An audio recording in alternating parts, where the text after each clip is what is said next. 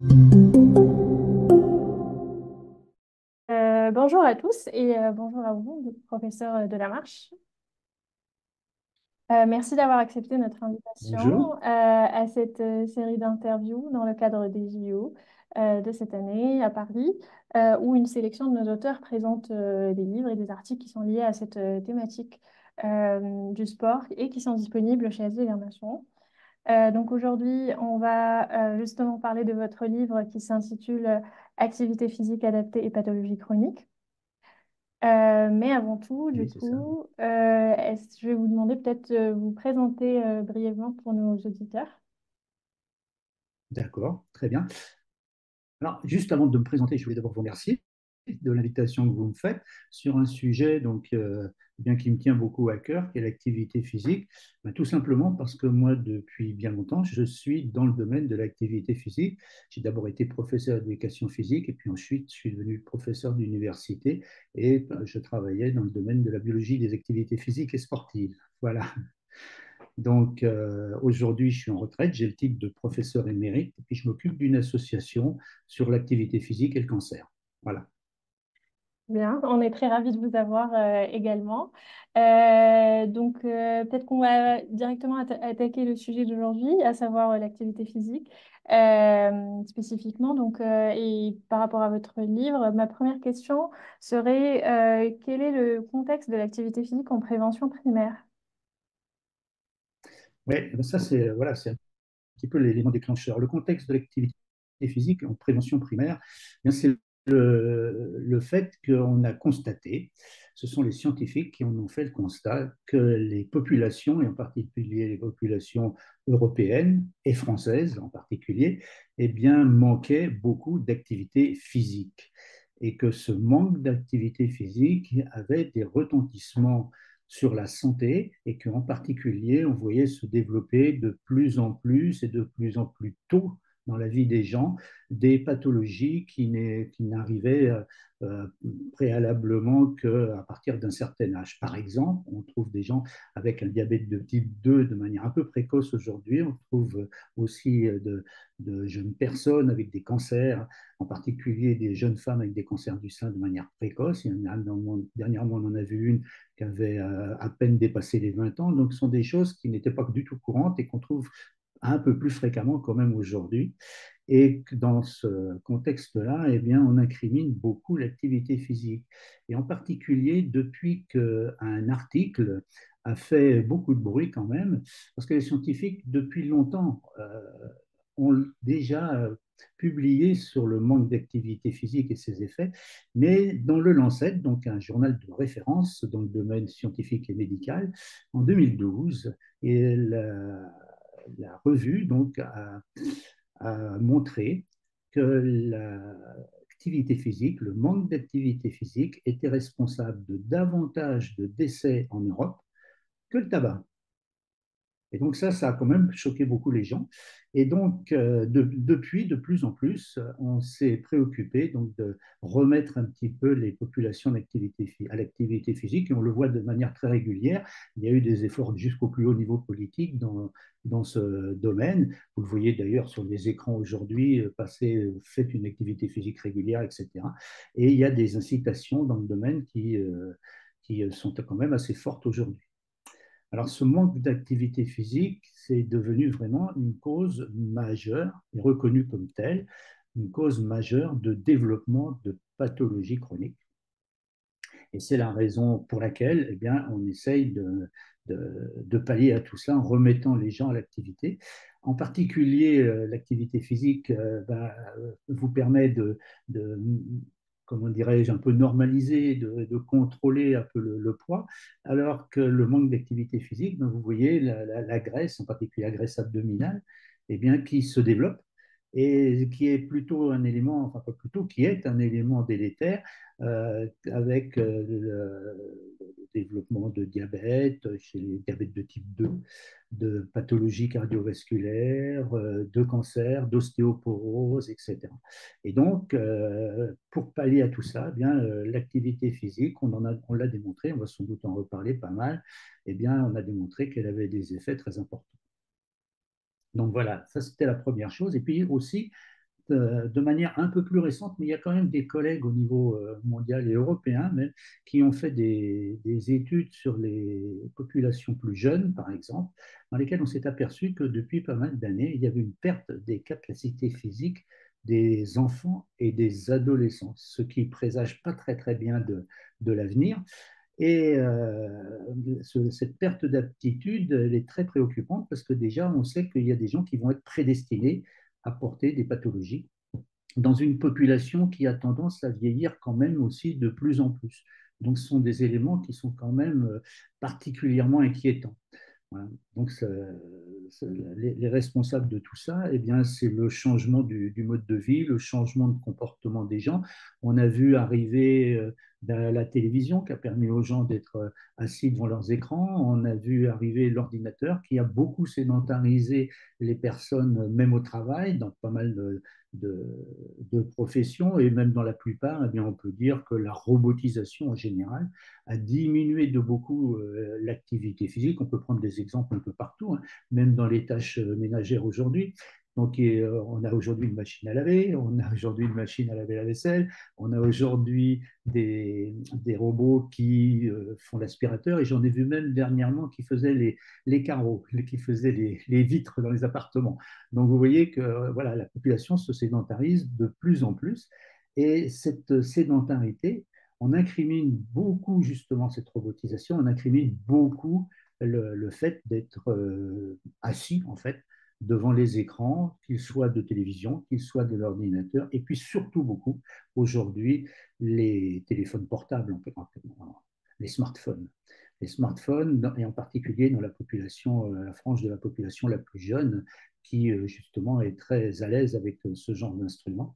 Et et donc qui se sédentarise de plus en plus. Et la sédentarité, eh bien, elle est porteuse d'effets excessivement délétères et elle est responsable justement de beaucoup de problèmes pathologiques aujourd'hui qui se développent dans la population.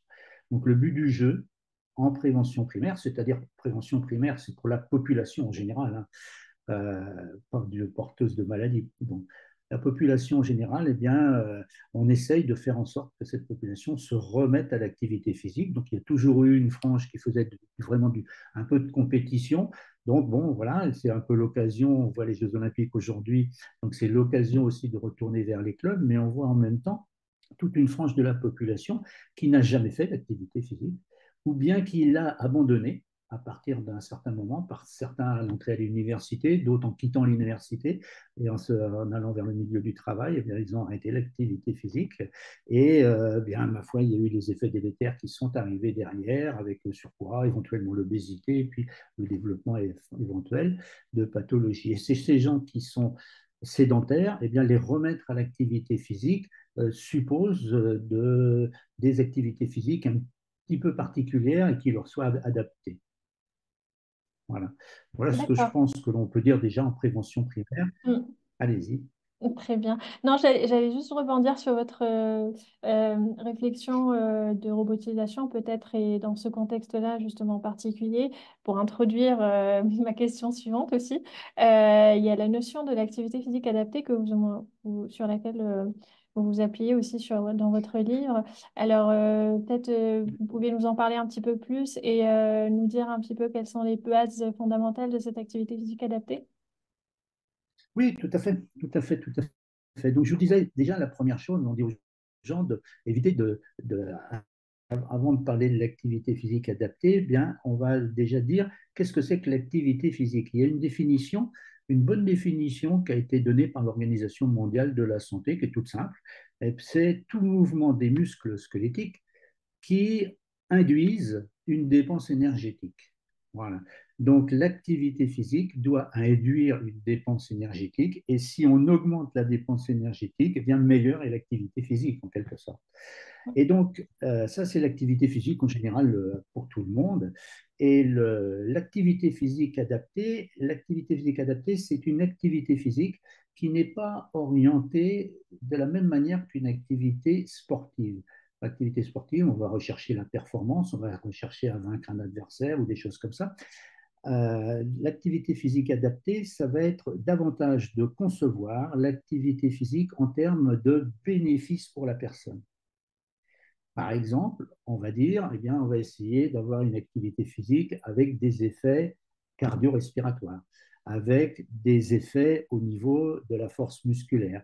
On va essayer de développer des activités physiques pour améliorer l'équilibre, la motricité des personnes. Donc les objectifs ne sont pas les mêmes et l'activité physique adaptée, eh bien, elle utilise des disciplines, mais qu'elle va essayer de revisiter pour pouvoir les mettre à disposition de gens qui n'ont pas forcément le besoin de s'inscrire dans des règles un petit peu strictes ou dans des comment dirais-je, dans des activités un peu compétitives.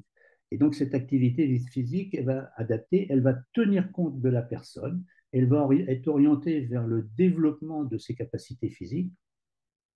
Et la première chose que l'on va demander aux gens, ben, c'est déjà de bouger. Et c'est une réflexion qui est faite assez couramment.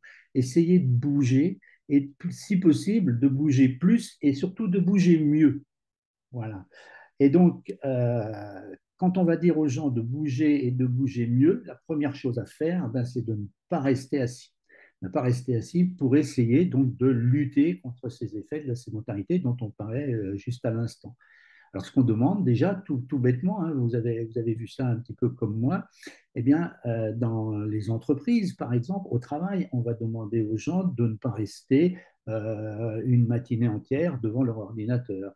Alors, évidemment, de temps en temps, il y a la pause café. C'est une première possibilité. Mais des fois, eh bien, vous avez vu ces bureaux qui se lèvent pour que les gens puissent travailler debout, parce que quand on est debout, il y a quand même une activité musculaire.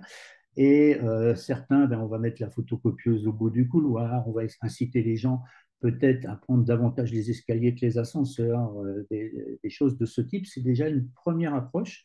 Essayer de ne pas rester assis trop longtemps. Et on dit bien, premièrement, éviter de rester assis plus de à peu près 6 heures par jour.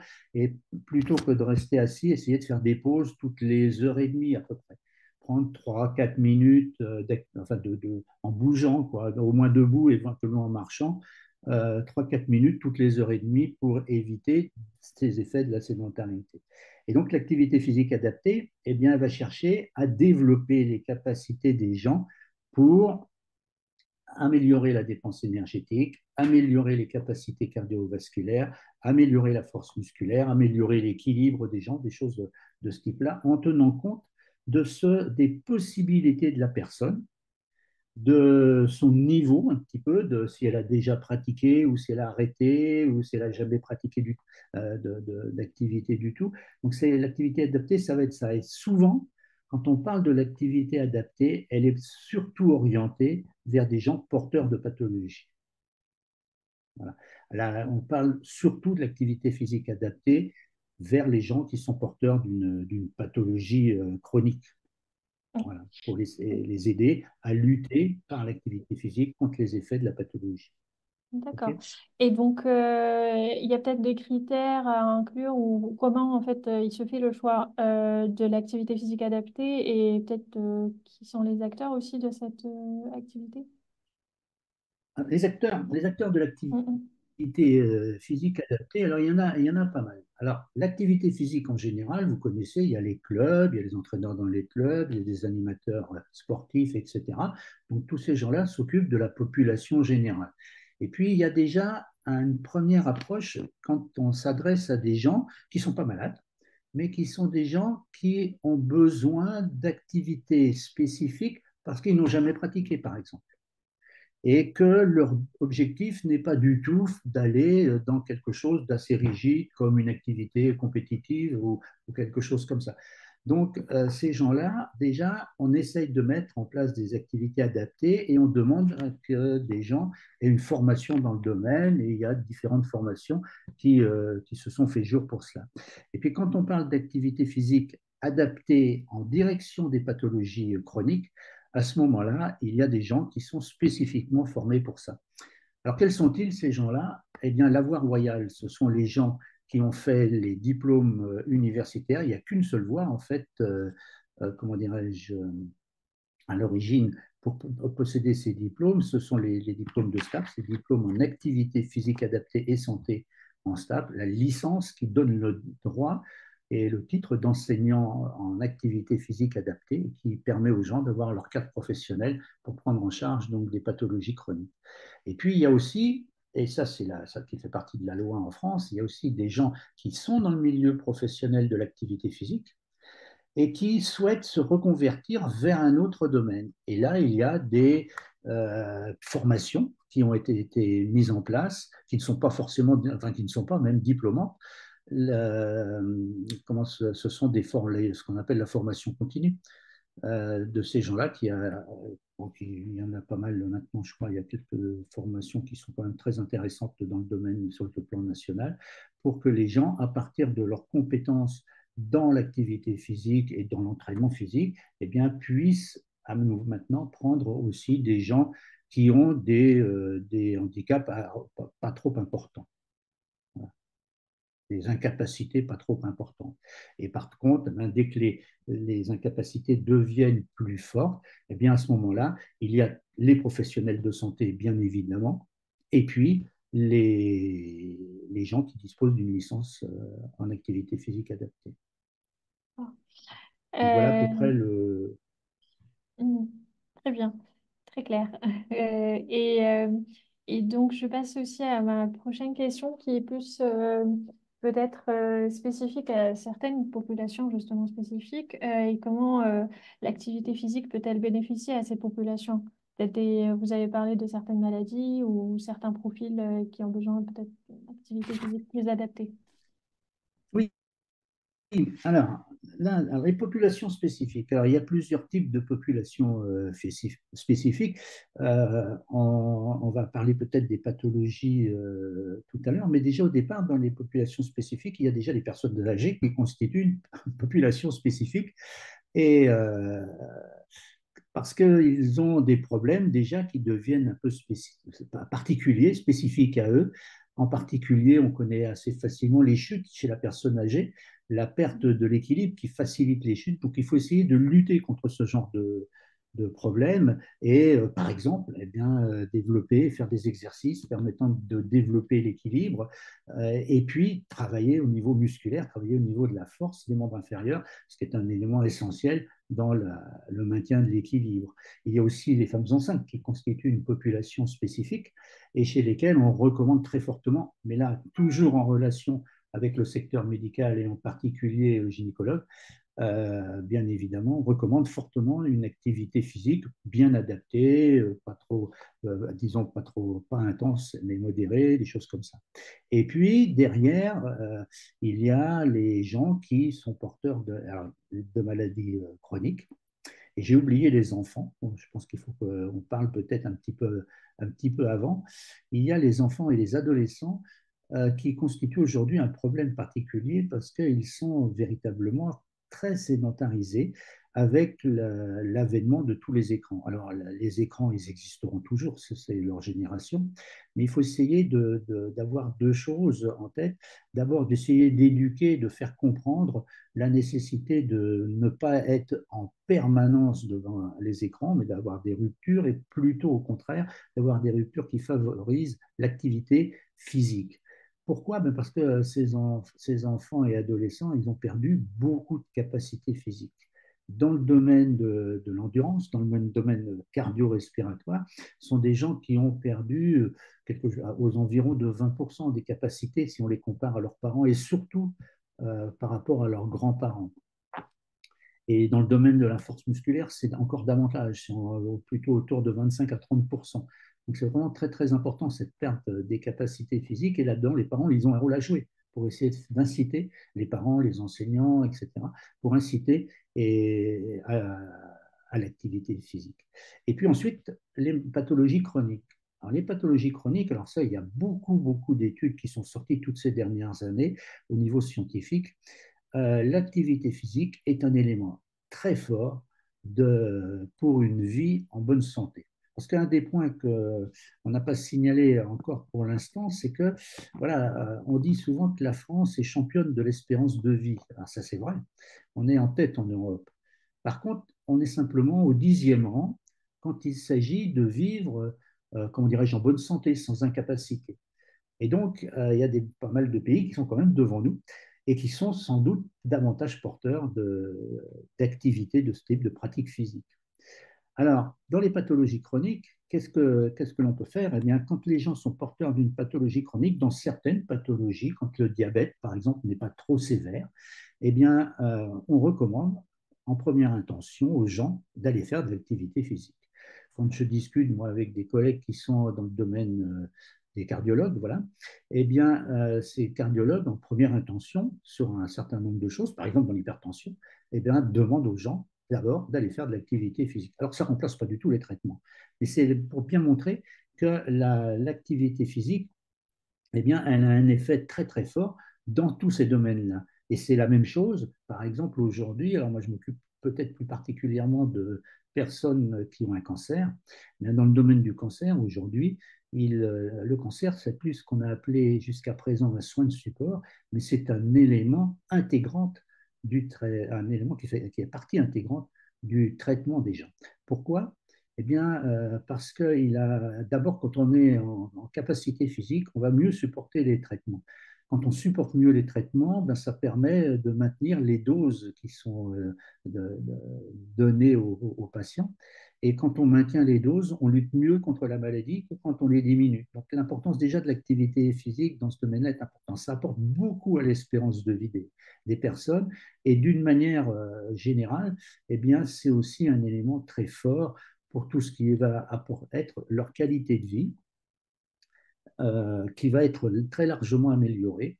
Et l'activité physique va aussi permettre de lutter, par exemple, contre des symptômes très, comment dirais-je, très handicapants, comme par exemple la fatigue qui est induite même par les traitements du cancer. Quand les gens sont porteurs d'un cancer, il y a des traitements qui sont lourds, que vous connaissez, et on trouve des gens qui sont excessivement fatigués. Si ce n'est pas du 100%, c'est quand même très proche. Et donc à ce moment-là, eh bien, on n'a aucun moyen de lutter contre cette fatigue qui n'est pas une fatigue normale. C'est-à-dire, vous pouvez aller vous coucher, vous pouvez dormir, vous allez vous lever, vous allez être aussi fatigué. Et donc, c'est quand même un problème majeur. Et ce problème majeur, il y a une seule chose qui est reconnue scientifiquement, qui permet de lutter contre la fatigue, c'est de faire de l'activité physique. Alors, ce n'est pas du jour au lendemain, évidemment, mais avec un certain terme, eh bien, les gens se sentent moins fatigués et ça apporte beaucoup à leur qualité de vie. Et ça leur permet aussi de ne pas perdre trop d'aptitudes physiques. Pour rester dans le domaine du cancer, on perd à peu près 30% très rapidement de ses capacités d'endurance. Donc, endurance, c'est-à-dire les capacités cardio-respiratoires, en quelque sorte. Et on perd au moins autant, voire davantage, de capacités musculaires. Il y a une perte de masse musculaire, de choses comme ça, qui sont vraiment très dommageables et invalidantes. Et l'activité physique que l'on va proposer à ces gens-là va leur permettre de limiter les pertes, au moins de limiter les pertes liées à la maladie et au traitement. Donc, vous voyez, c'est des choses importantes. Et aujourd'hui, dans les tuyaux, eh bien, il y a des choses qui avancent quand même plutôt bien et qui montrent que les effets de l'activité physique modifient l'environnement de la tumeur et sont une aide dans la lutte contre le cancer.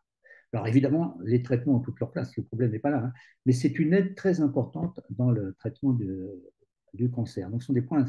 Alors pourquoi ça peut se faire comme ça? Eh bien, ça se fait comme ça d'une manière toute simple. Mais il faut simplement réfléchir que quand on fait de l'activité musculaire, ce dont on n'avait pas parlé avant toutes les dernières années, là, eh bien, le muscle, ce n'est pas un organe qui est un peu en dehors de tout le fonctionnement de l'organisme. Il y a des molécules qui sont sécrétées par le muscle. Ça, c'est une découverte des 20-25 dernières années. Et ces molécules, alors il y en a de nombreuses, mais il y en a un certain nombre qui sont très bénéfiques. Et ces molécules, elles sont sécrétées par le muscle et où elles vont se retrouver? Elles vont se retrouver dans le sang. Et quand ces molécules elles sont dans le sang, eh bien, elles vont toucher, bien évidemment, elles circulent dans tout l'organisme, elles vont toucher tous les organes, tous les tissus, etc. Et c'est à partir de là, en particulier, pas seulement, mais qu'on va obtenir un certain nombre d'effets très positifs qui vont modifier un petit peu, qui vont aider à lutter contre la pathologie. Donc, vous voyez, il y a des effets vraiment très, très importants. On a aussi des choses toutes simples, hein, comme l'ostéoporose. l'ostéoporose, un des meilleurs moyens, le meilleur moyen de lutter contre l'ostéoporose, c'est de faire de l'activité physique et si possible de manière très précoce. En tant que professionnel de santé, je vais peut-être vous demander aussi vos meilleurs conseils à vos confrères également pour un meilleur accompagnement à l'activité physique des maladies chroniques ou pas, d'ailleurs, à toutes les populations. Quelle place occupe cette activité physique aujourd'hui? Comment ils peuvent mieux l'utiliser peut-être ou mieux l'adapter à leur passion? Non, la première chose que pour rebondir juste sur ce que vous venez de me dire à la fin, là, comment les sensibiliser à ça, c'est très simple. J'étais en 2019 à la présentation du rapport de l'INSERM sur activité physique et pathologie chronique. En fait, c'est simple, la conclusion qui était donnée, c'est de dire qu'un médecin qui ne prescrit pas l'activité physique à ses patients ne lui donne pas toutes ses chances face à la maladie. Ensuite, et c'est vraiment un point très très important. C'est pour ça. Mais les médecins, pour l'instant, ben, ils n'étaient pas formés à l'activité physique. Ce n'était pas quelque chose qui faisait partie des études. Donc, ce n'était pas forcément leur pensée immédiate quand ils avaient un malade. Donc, c'est un petit peu normal. Par contre, aujourd'hui, eh bien, on essaye, et il y a des efforts qui sont faits par tout le monde pour essayer d'aborder, que les médecins puissent aborder davantage les problèmes de l'activité physique pour pouvoir mieux les conseiller donc, et avoir des arguments forts pour les conseiller à leurs patients. Et donc, on fait formation à différentes, enfin, dans différentes spécialités médicales, voilà, donc, sans problème. OK.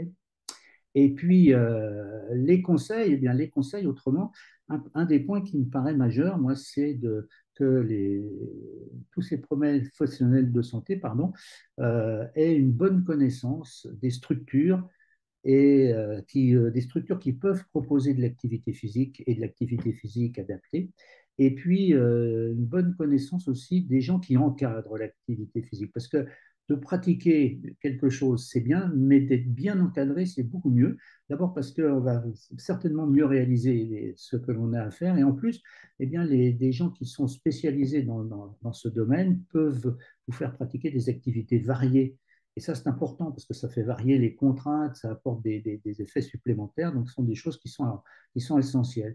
Et je leur conseillerais après aussi, en ayant bien regardé ce qu'il y a un petit peu autour d'eux, puis surtout autour du secteur où se trouve le patient, où habite le patient, eh bien, ils ont des éléments aussi supplémentaires qui sont aujourd'hui ce qui a été mis en place par les derniers gouvernements, les maisons sport santé ces maisons sport santé qui sont le lieu où on va trouver des conseils et des orientations vers des gens qui sont compétents.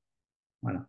Donc ça, c'est un point. Donc ces maisons sport santé, elles ont différentes orientations, mais souvent, on fait l'évaluation des capacités physiques des personnes.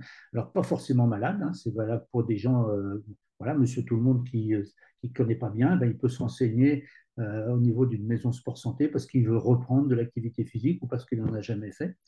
Et puis, il y a aussi parfois, alors ça dépend davantage des régions. Les maisons sport santé, c'est national. Il y en a, je crois que l'objectif était à 500 sur le plan national. Je ne sais pas si on y est totalement arrivé, mais enfin, il y en a beaucoup déjà qui sont développés.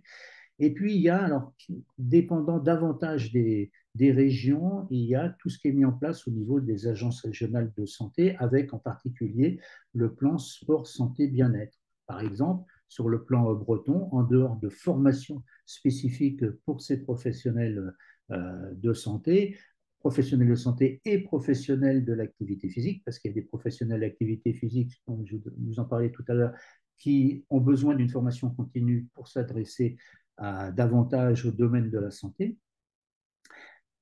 Et puis, il y a autrement des organismes. Alors, je crois que c'est l'INCA qui a incité, par exemple, des organismes, des associations. Alors, il y a Onco-Bretagne, par exemple, donc, qui est dans le domaine du cancer, mais il y a aussi dans le domaine cardio, etc., cardiovasculaire et autres, et respiratoire, bon, des structures qui ont recensé les, les associations ou structures aussi qui peuvent apporter l'activité physique de manière compétente aux gens en fonction des besoins qu'ils ont. Donc ça, ce sont des choses qui sont intéressantes, qui sont qui sont importantes. Et puis, le, deux points peut-être importants un petit peu sur la fin, c'est de bien signaler qu'il ne faut jamais avoir en tête qu'il y a une activité physique qui est dédiée à une pathologie. Ça, c'est une erreur colossale.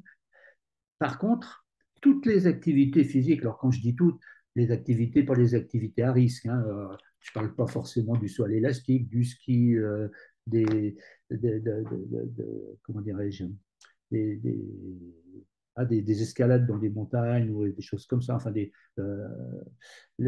toutes les activités physiques autrement peuvent assez aisément être mises à disposition de tout le monde et être utilisées dans l'optique que l'on souhaite développer, de ce que l'on souhaite développer. Alors, on peut utiliser aussi bien le football en marchant, par exemple, ce qui a été mis au point par une fédération, euh, pour faire travailler des gens en endurance, mais on peut aussi très facilement, il y a bien sûr le vélo, mais on obtiendra un peu des effets qui vont dans le même sens, et puis on peut très bien faire de la natation. On a parlé de l'escrime chez des personnes qui avaient des cancers, c'est très bien, mais il y a aussi, pourquoi pas, la boxe. Alors, la boxe éducative, évidemment, c'est pas tout, du tout ce qu'on voit. Et ça, c'est un des conseils aussi qui est à donner et qui, dans l'entretien avec les patients, est important. C'est surtout bien leur montrer que l'activité physique qu'on leur demande de pratiquer, eh bien, n'est pas une activité physique comme celle que l'on voit sur les médias et en particulier à la télévision, qui est une activité, c'est du sport, c'est véritablement des événements sportifs qui concerne une partie de la population, en prévention primaire surtout, mais les gens qui portent leur pathologie, par exemple, ne vont pas forcément se diriger, en général assez rarement, vers des activités sportives.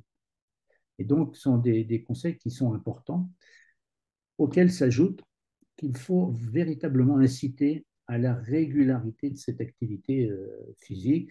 Le problème de l'activité l'activité physique, c'est que on est obligé d'en faire régulièrement tout au long de la vie. La Haute Autorité de Santé en France a émis des recommandations qui, euh, qui doivent être suivies, mais qui recommandent de faire de l'activité physique presque tous les jours, quasiment 4 à 5 fois par semaine. C'est ce qu'on demande. Et donc, cette activité ben, est forcément régulière. Pourquoi elle est régulière? Tout bêtement parce que ben, quand on fait de l'activité physique, il y a des adaptations qui surviennent. Et puis ces adaptations, eh bien, elles vont être transitoires. Elles vont durer quelques heures ou bien elles vont durer 2 jours. Ce qui veut dire qu'au bout de quelques heures, ben, il va falloir recommencer. Ou bien au bout de quelques jours, il va falloir recommencer. Alors par exemple, euh, quand on travaille sur la sensibilité, quand on fait certaines activités physiques, eh bien, on améliore la sensibilité à l'insuline, qui est un facteur très important de santé.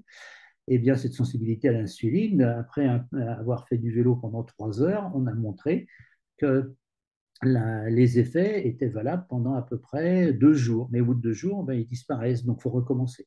D'où l'intérêt de l'entraînement qui va permettre de un peu mieux stabiliser ces adaptations. C'est pareil pour l'utilisation des graisses à l'exercice. On va utiliser les graisses à l'exercice, mais peut-être que 17-18 heures après, eh bien, voilà, l'utilisation des graisses, elle s'est arrêtée. Donc, il va falloir recommencer le lendemain à faire quelque chose. C'est pour ça qu'on demande véritablement de s'engager dans des activités et dans des lieux pour lesquels on va pouvoir poursuivre et être régulier dans la pratique. Et tout ce que je vous dis là, eh bien, ça comprend quand même, ça s'ajoute en partie, mais ça comprend quand même l'activité physique que l'on est en capacité de faire soi-même. Dans les, dans les conseils, c'est de ne pas oublier les enfants. Donc, je vous ai dit qu'ils avaient perdu beaucoup de capacités et qu'il faut remettre absolument à l'activité physique, enfants et adolescents. Mhm. Très bien. Voilà. D'accord. Peut-être un petit mot de fin par rapport à tout ça. D'accord. Voilà. Le petit mot de la fin, c'est de dire aux gens que voilà, il ne faut pas oublier que les gens vont trouver beaucoup d'intérêt et on leur conseille aussi de rechercher des activités de groupe. Parce que je vous ai parlé pas mal, parce que c'est un peu mon domaine, des bienfaits au niveau physiologique, biologique, mais l'activité physique a des effets très importants. Là, je l'ai signalé un petit peu sur la qualité de vie des personnes, mais aussi dans la lutte contre la dépression. C'est vu utiliser beaucoup de plus en plus dans la lutte contre la dépression. Il y a des effets cognitifs. Ça a été scientifiquement démontré que la pratique de l'activité physique, ça a été démontré chez les malades, mais c'est montré aussi chez un peu tout le monde et en particulier chez les enfants adolescents, que les gens qui avaient une bonne pratique physique, eh bien, sur le plan cognitif, ça avait des effets excessivement positifs.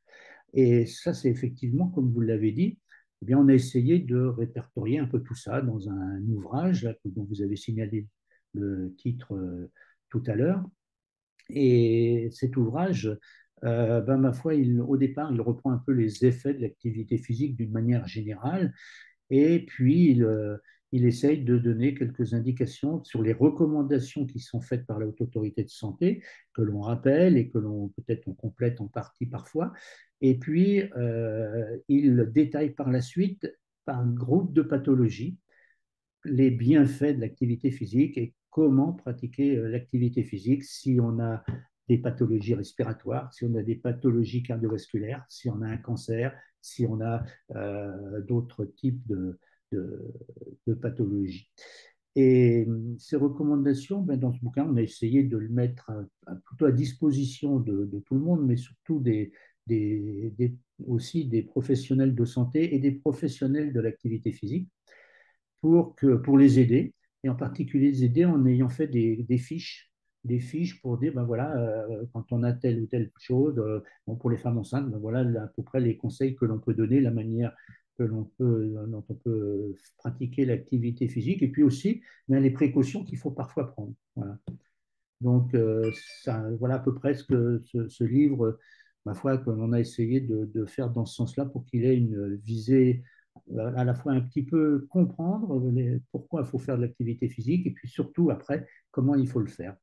Mm. Voilà. Bon, merci beaucoup pour votre temps et pour toutes ces informations. Ben, c'est Et moi puis, qui vous remercie de m'avoir invité. donc à nos auditeurs, juste pour clôturer l'interview, merci de votre attention et on vous donne rendez-vous pour une prochaine vidéo.